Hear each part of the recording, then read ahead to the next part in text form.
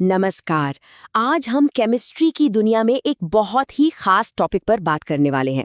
एक ऐसा टॉपिक जिसने हमारी मॉडर्न दुनिया को शेप देने में, उसे बनाने में एक बहुत बड़ा रोल प्ले किया है। जी हाँ, हम बात कर रहे हैं हेलो एल्केन्स और हेलो अरीन्स की। अच्छा, कभी ये सोचा है कि रेफ्रिजरेंट जो हमारे फ्रिज में होता है या फिर खेतों में इस्तेमाल होने वाले कीटनाशक और यहाँ तक कि एनेस्थेटिक्स, इन सब पावरफुल केमिकल्स में आखिर कॉमन क्या है? क्या कनेक्शन है? इसका जवाब इन्हीं कमाल के कंपाउंड्स में छिपा है जिनकी बात हम आज करने वाले हैं। तो चलिए बिना देर किए शुरू करते हैं।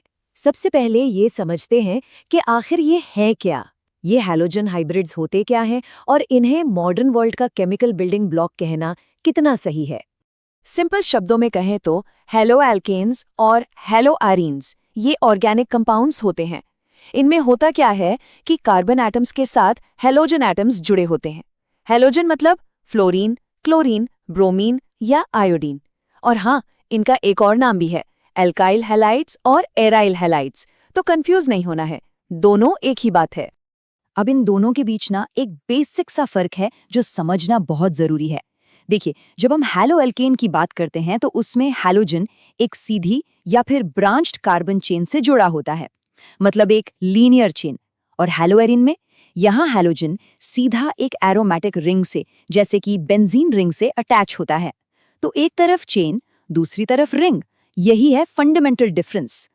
और यही वो क्रूशियल पॉइंट है।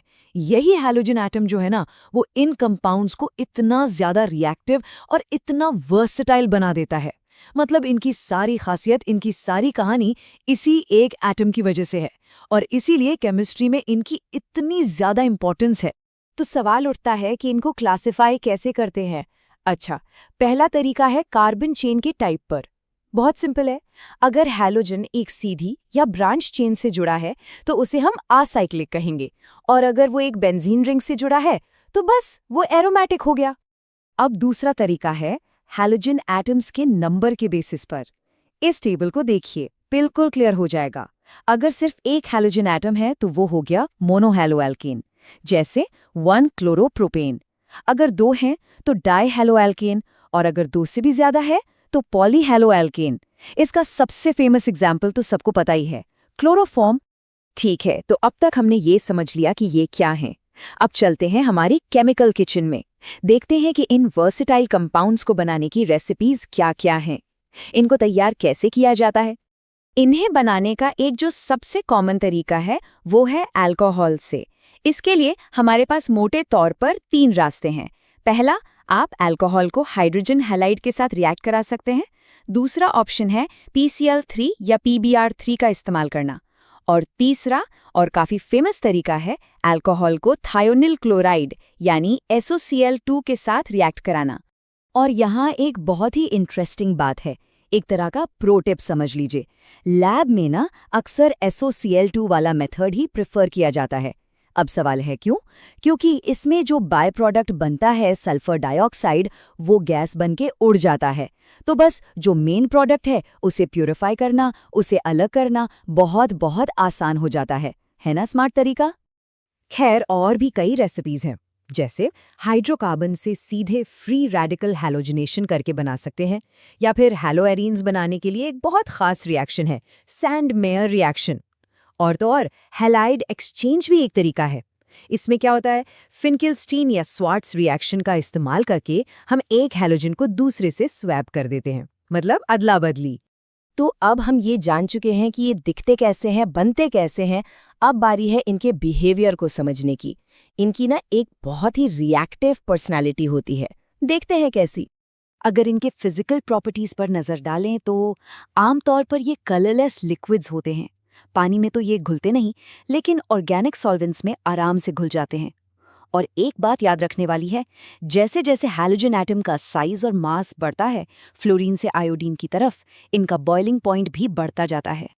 इनकी सारी रिएक्टिविटी का जो राज है ना, वो इनके कार्बन हैलोजन बॉन्ड, जिसे हम CX बॉन्ड कहते हैं, उसमें छिपा है।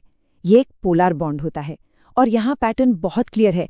जैसे जैसे हम ग्रुप में नीचे जाते हैं, CF से CI की तरफ, इस बॉन्ड की स्ट्रेंथ कम होती जाती है। मतलब CI बॉन्ड सबसे वीक है और इसीलिए सबसे आसानी से टूट सकता है। तो अपने इसी रिएक्टिव नेचर की वजह से ये 3 मेन टाइप के रिएक्शंस दिखाते हैं। पहला है न्यूक्लियोफिलिक सब्स्टिट्यूशन, मतलब एक ग्रुप आता है दूसरे को हटा देता है। दूसरा है एलिमिनेशन रिएक्शन, इसमें से एटम्स निकल जाते हैं। और तीसरा है मेटल्स के साथ रिएक्शन, जिससे ग्रिग्नार्ड रिएजेंट जैसे बहुत ही काम के कंपाउंड्स बनते हैं। चलिए, अब न्यूक्लियोफिलिक सब्स्टिट्यूशन की कहानी को थोड़ा और करीब से देखते हैं। इसके 2 मेन एक्टर्स हैं, SN1 और SN2। SN1 रिएक्शन में स्पीड सिर्फ एल्काइल हैलाइड पर डिपेंड करती है और ये 2 स्टेप में होता है। लेकिन SN2 में कहानी अलग है। यहाँ स्पीड एल्काइल हैलाइड और न्यूक्लियोफाइल दोनों पर डिपेंड करती है और ये सारा काम एक ही स्टेप में हो जाता है। तो एक 2 स्टेप प्रोसेस, दूसरा सिंगल स्टेप। अब आते हैं इस कहानी के सबसे जरूरी हिस्से पर। आखिर ये हमारे लिए इतने मैटर क्यों करते हैं? देखिए, इनके साथ हमारा जो रिश्ता है ना, वो थोड़ा कॉम्प्लिकेटेड है। एक तरफ ये वंडर केमिकल्स रहे हैं, तो दूसरी तरफ इनसे जुड़ी गंभीर एनवायरमेंटल चिंताएं भी हैं।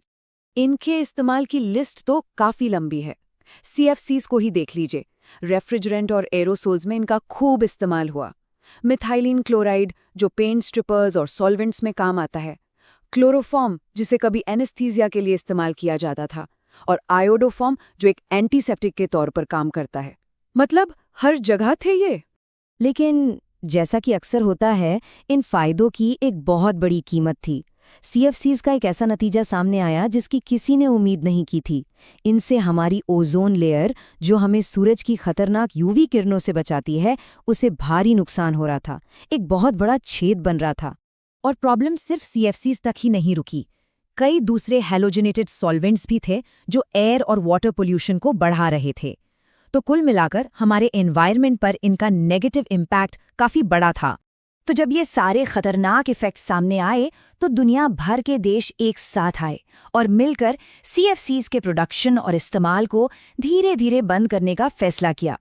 ये एक ग्लोबल एक्शन था इस बहुत बड़े एनवायरमेंटल क्राइसिस के खिलाफ। तो आखिर में हम कहाँ पहुँचते हैं? इन केमिकल्स ने हमारी मॉडर्न दुनिया को बनाने में बहुत मदद की, इसमें कोई शक नहीं। लेकिन इसकी कीमत भी बहुत बड़ी चुकानी पड़ी। तो अब सबसे बड़ा सवाल ये है कि इनकी कहानी का अगला चैप्टर क्या होगा? क्या हम इनके सुरक्षित, सेफ ऑल्टरनेटिव्स ढूंढ पाएंगे? ये वो सवाल है जिसका जवाब भविष्य के केमिस्ट्स को खोजना होगा।